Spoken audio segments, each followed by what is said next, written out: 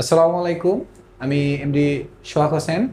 আজকে আমরা স্পেশাল অফারেন্স নিয়ে আলোচনা করব। এটা হচ্ছে এইচএসসি স্টুডেন্টের জন্য। এখন এটা একটা সহজ টপিক। আমরা বিভিন্নভাবে পড়া, আমরা একটু নতুনভাবে এটা শেখানোর চেষ্টা করব ইনশাল্লাহ। ক্লাসটা দেখলে সবাই উপকৃত হবে, সকল স্টুডেন্টদের জন্য অনেক উপকার হবে। এখন আমরা শুরু কর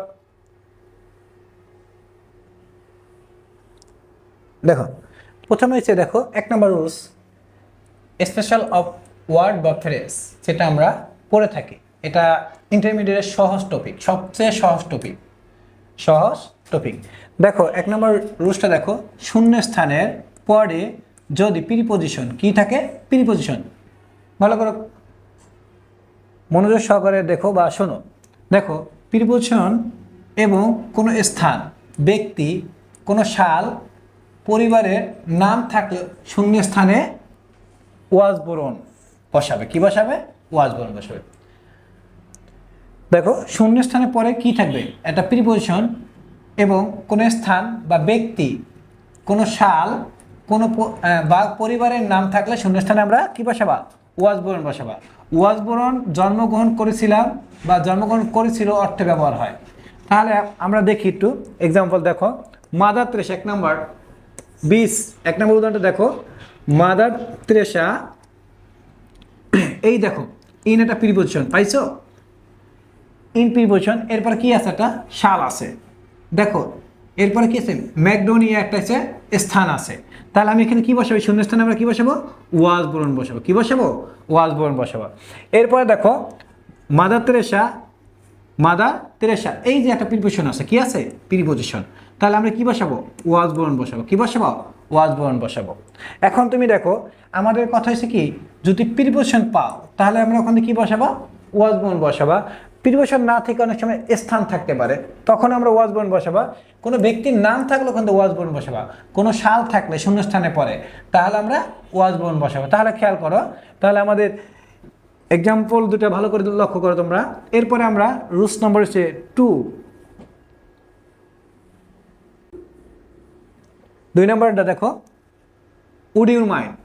হ্যাঁ, উড ইউর মাইন্ড, আপনি কি কিছু মনে করবেন? এটার অর্থ কি? আপনি কি কোনো কিছু মনে করবেন। দেখো উড ইউর মাইন্ড কখন বসে।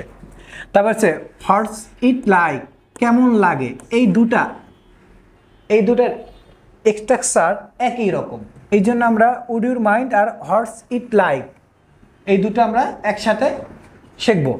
তাহলে দেখো উড ইউর মাইন্ড অর্থ কি, বাংলা অর্থ কি? আপনি কি কিছু মনে করবেন। আর হর্স ইট লাইক, কেমন লাগে। তাহলে দেখো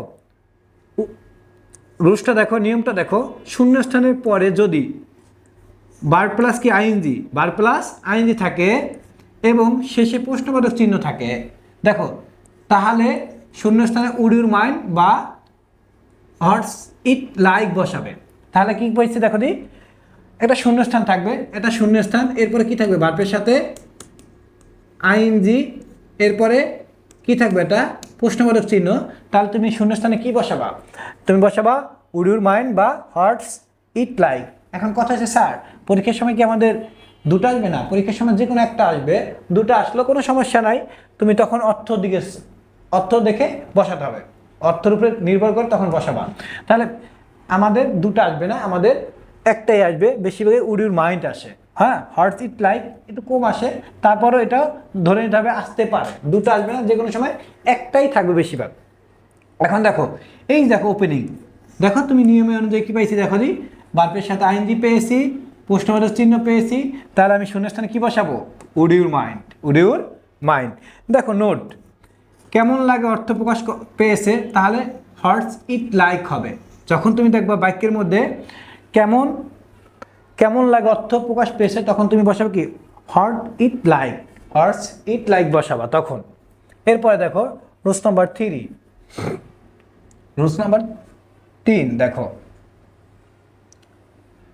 3 নম্বর রুলসটা খেয়াল করো। 3 নম্বর রুলসটা কি দেখো, লেট অ্যালোন মানে কি? দূরের কথা। যেমন অনেকে কথা বলে না, আমার 1 টাকা নাই, আমি আইফোন কিনবো, এই যে এই সব কথা দ্বারা আমরা লেট অ্যালোন ব্যবহার করতে পারি। স্পোকেনে এটা বেশি ব্যবহার হয়। লেট অ্যালোন মানে কি দূরের কথা। তাহলে দেখো আমরা রুলস নাম্বার দেখি। দেখো শূন্যস্থানের আগে নেগেটিভ ওয়ার্ড। আচ্ছা শূন্যস্থানের আগে কি নেগেটিভ ওয়ার্ড? নেগেটিভ ওয়ার্ড তোমরা জানো নেগেটিভ ওয়ার্ড কি? নেগেটিভ ওয়ার্ড হচ্ছে not, can not, could not, হ্যাঁ কুড নট, তারপর ওন্ট, এগুলো বা নট যুক্ত বাক্য, নট যুক্ত বাক্য, এগুলো হচ্ছে নেগেটিভ ওয়ার্ড। এগুলো যদি পাও, তারপরে কিছু কিছু নেগেটিভ ওয়ার্ড আছে যেগুলো আমরা লিখে দিচ্ছি। দেখো এখন দেখো নেগেটিভ ওয়ার্ড কি? তাহলে শূন্যস্থানের আগে নেগেটিভ ওয়ার্ড এবং শূন্যস্থানের আগে কমা বা শূন্যস্থানের আগে নাউন এবং শেষে সমজাতীয় নাউন থাকলে শূন্যস্থানে কী বসাবা? Let alone বসাবা। এখন দেখো শূন্যস্থানের আগে একটা নাউন থাকবে, পরও একটা নাউন থাকবে সমজাতীয় নাউন। সমজাতীয় নাউন মানে কি? ছেলে ছেলে, মেয়ে মেয়ে, এই জাতীয় সমজাতীয় নাউন বুঝাচ্ছে। এখন দেখো কিছু নেগেটিভ ওয়ার্ডগুলো কী কী? দেখো নো, নট, নেভার, লিটেল, হ্যাঁ small, hardly, rarely, can not, could not, don't, হ্যাঁ এগুলো। আরটা শেষ, এগুলো যদি তুমি পাও কোনো শূন্যস্থানের মধ্যে, এগুলো হচ্ছে নেগেটিভ ওয়ার্ড। তাহলে দেখো সাম পিপল, এই নেভারটা কি নেগেটিভ ওয়ার্ড? Negative word. এরপরে দেখো এখানে একটা কমা আছে, শূন্যস্থান আগে কী থাকবে? কমা থাকবে। দেখো পরে দেখো শূন্যস্থান আগে কী থাকবে? কমা থাকবে। এখন দেখো বুক একটা নাউন, দেখো একটা নাউন। এরপরে দেখো বুক একটা কি নাউন, এরপরে এখানে একটা নাউন আছে দেখো নিউজ পেপার, দেখো এটা সমজাতীয় নাউন না?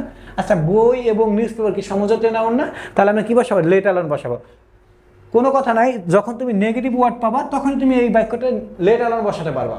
এবং অনেক সময় নেগেটিভ ওয়ার্ড না থেকে শূন্যস্থান আগে যদি কমাও থাকে, তাহলে তুমি ওই জায়গায় তুমি কী বসাতে পারো? লেট অ্যালোন বসাতে পারবা, লেট অ্যালোন। তাহলে তোমাদের ক্লিয়ার? যখন তুমি বাক্যের মধ্যে নেগেটিভ ওয়ার্ডগুলো পাবা, নেগেটিভ ওয়ার্ডগুলো কি এগুলো একটু মুখস্থ করে নিলে হয়ে যাবে। তাহলে তুমি ওই জায়গায় কী বসাবা? Let alone বসাবা। আবার একটু এক্সাম্পলটা একটু খেয়াল করো, তোমরা একটু খেয়াল করো। আবার আমি একটু দেখো সাম পিপলস নেভার, নেগেটিভ ওয়ার্ড পেয়েছি। তাহলে নেগেটিভ ওয়ার্ড পেলে কি আমরা লেট অ্যালোন হয়। তারপরে আরও কিছু নিয়ম আছে, দেখে নেই, ওগুলো আসেনি। নেগেটিভ ওয়ার্ড পাইলেও অ্যান্সার লেট অ্যালোন হবে। এরপর দেখো শূন্যস্থান আগে কমা আছে কিনা খেয়াল করবা। আছে কমা, দেখো এখানে কমা আছে। এরপর দেখো শূন্যস্থানের আগে দেখো নাউন আছে কিনা, নাউন আছে। নিউজ পেপার, দেখো নিউজ পেপার নাউন আছে, এই যে নাউন আছে নিউজ পেপার। এরপরে শেষে দেখো শেষে একটা সমজাতীয় নাউন থাকবে। এরপর শেষে একটা নাউন আছে বুক, বুক, দাও এই দাও নিউজ পেপার এবং বুক সমজাতীয় নাউন, এই জন্য এখানে হচ্ছে লেট অ্যালোন। এখানে কি হয়েছে? Let alone. দেখো এবং আমরা এমনভাবে বইটা তৈরি করেছি, তোমাদের কিভাবে বসেছে এখানে লেখা আছে কমা, এই যেখানে আমরা লেট অ্যালোন বসাইছি। এরপরে দেখো 4 নম্বর নিয়মটা দেখো, হোয়াট ডাজ লুক লাইক, দেখতে কেমন, অর্থ ব্যবহার হবে। হ্যাঁ এগুলো স্পোকেন ইংলিশে সবচেয়ে বেশি ব্যবহার হয়। দেখো একটি, এখানে একটি সেন্টেন্সে দুটি শূন্যস্থান থাকলে এবং শেষে প্রশ্নবোধক চিহ্ন থাকলে কি বসাবা? What does look like. দেখো একটা সেন্টেন্সে দুটা শূন্যস্থান থাকবে, কি থাকবে? দুটা শূন্যস্থান থাকবে এবং শেষে কি থাকবে? প্রশ্নবোধক চিহ্ন থাকবে।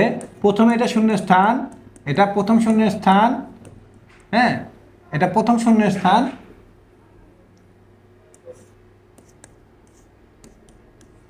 তাহলে দেখো এটা প্রথম ধরো আর এটি হচ্ছে দ্বিতীয়।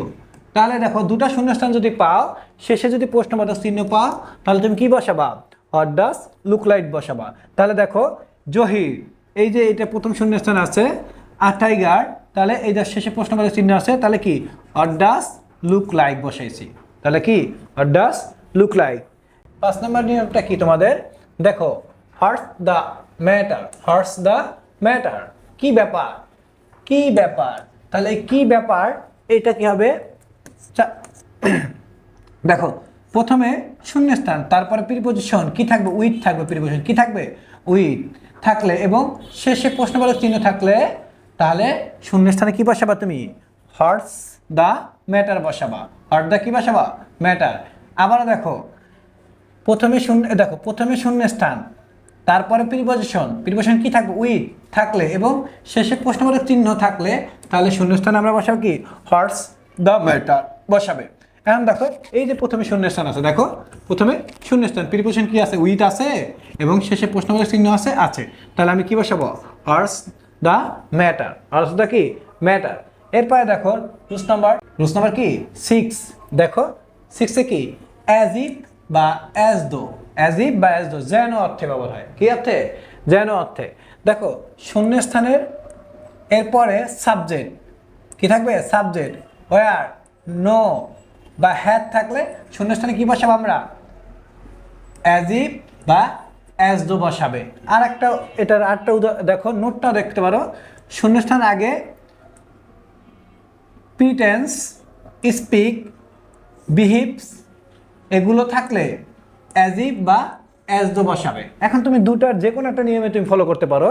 দেখো কি কি থাকলে শূন্যস্থানের পরে একটা সাবজেক্ট থাকবে, এরপর ওয়ার থাকবে, এবার নো বা হ্যাড থাকতে পারে, তাহলে শূন্যস্থানে আমরা অ্যাজ ইফ বা অ্যাজ দো বসাবা, অ্যাজ ইফ বা অ্যাজ দো বসাবে।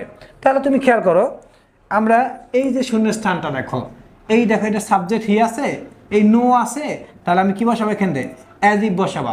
আবার দেখো এই যে সাবজেক্ট হি আছে, এন্ডে কি আছে, ওয়ার আছে, এন্ডে কি বসেছি, অ্যাজ দো বসাইছি। এবার দেখো এখানে আবার সাবজেক্ট হি আছে, তারপর কি আছে, ওয়ার আছে, এন্ডে অ্যাজ ইফ বসাইছি। আবার এটা দিয়ে দেখো প্রিটেন্স, স্পিক, বিহেভস এই শব্দ যদি আমরা পাই, দেখো এই যে প্রিটেন্স, বিহেভস, স্পিক এই শব্দ পাইলে আমরা এরপর আমরা কি বসাবা, এরপরে শূন্যস্থান থাকলে আমরা কি বসাবা, অ্যাজ ইফ বা অ্যাজ দো বসাবা। কত সহজ দেখো। এরপরে দেখো সহজ রুলস, উড রাদার, উড, হ্যাঁ উড রাদার, দেখো উড রাদার এটা 7 নম্বর রুলস। উড রাদার কি, দেখো উড রাদার অর্থ চেয়ে বড় উচিত হবে, এটা বাংলা অর্থ, আমাদের এটা পারতে হলে বাংলা অর্থ জানা দরকার। দেখো শূন্যস্থানের মাঝখানে কি থাকবে, একটা দেন থাকবে, কি থাকবে, দেন, এবং একেই জাতীয় নাউন থাকবে, তাহলে শূন্যস্থান নাম কি বসাবা, উড রাদার বসাবা, কি বসাবা, উড রাদার বসাবা। বাক্যের মাঝখানে কি থাকবে, দেন থাকবে এবং একেই জাতীয় নাউন থাকবে, একে জাতীয় কি থাকবে, দেখো এই যে বাক্যের মাঝখানে দেন আছে, দেন আছে, আছে, তাহলে দেখো ন্যাশনাল মিউজিয়াম আর ন্যাশনাল জু দুটো কি একই জাতীয় নাউন না? আচ্ছা, একটা হচ্ছে চিড়িয়াখানা, একটা হচ্ছে কি জাদুঘর। তাহলে তুমি কি খেয়াল করো, দুটা একই জাতীয় নাউন, দেখো দেনের মাঝখানে দুটো একই জাতীয় নাউন। এগুলো তোমাদের কেউ বলে না, আমি অনেক অনলাইনে ক্লাসে দেখছি, এটা এইভাবে বলে না, শুধু দেন মাঝখানে, বাক্যের মাঝখানে দেন থাকলে কি বসাবা, উড রাদার বসবে, কি বসবে, উড রাদার। দেখো এখানে উড রাদার হয়েছে। এরপর হচ্ছে কি হট ইফ, যদি, এটা বাংলা থেকে যদি বা তাহলে কি হবে বা হতো, হ্যাঁ হট ইফ অর্থ কি, হট ইফ অর্থ কি, হট ইফ অর্থ যদি, তাহলে কি হবে বা হতো।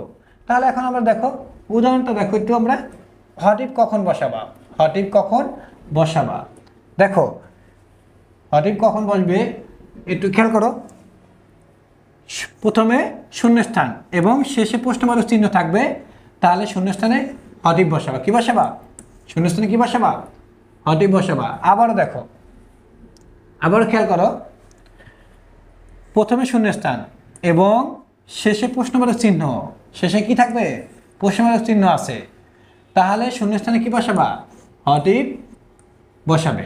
এখন তুমি দেখো এইটা প্রথমে শূন্যস্থান আছে, দেখো প্রথমে শূন্যস্থান, এরপরে শেষে কি আছে, প্রশ্নবোধক চিহ্ন আছে, তাহলে এটা কি হবে, এটা আমাদের হট ইফ হবে। এখন একটা কথা হবে, এটা অ্যাসাইডিভ সেন্টেন্স হবে, বাক্যটা কি অ্যাসাইডিভ সেন্টেন্স, অ্যাসাইডিভ সেন্টেন্সের শেষে কোনো সময় প্রশ্নবোধক চিহ্ন পাইছো, দেখো অ্যাসাইডিভ সেন্টেন্স, এটা এখান থেকে অ্যাসাইডিভ সেন্টেন্সের শেষে যদি প্রশ্নবোধক চিহ্ন থাকে, তাহলে ওই বাক্য হবে কি হট ইফ। তাহলে আজকে আমরা এই পর্যন্তই, এটা স্পেশাল ক্লাস, ইনশাল্লাহ পরবর্তীতে আমরা অন্য কোনো ক্লাস নিয়ে হাজির হব।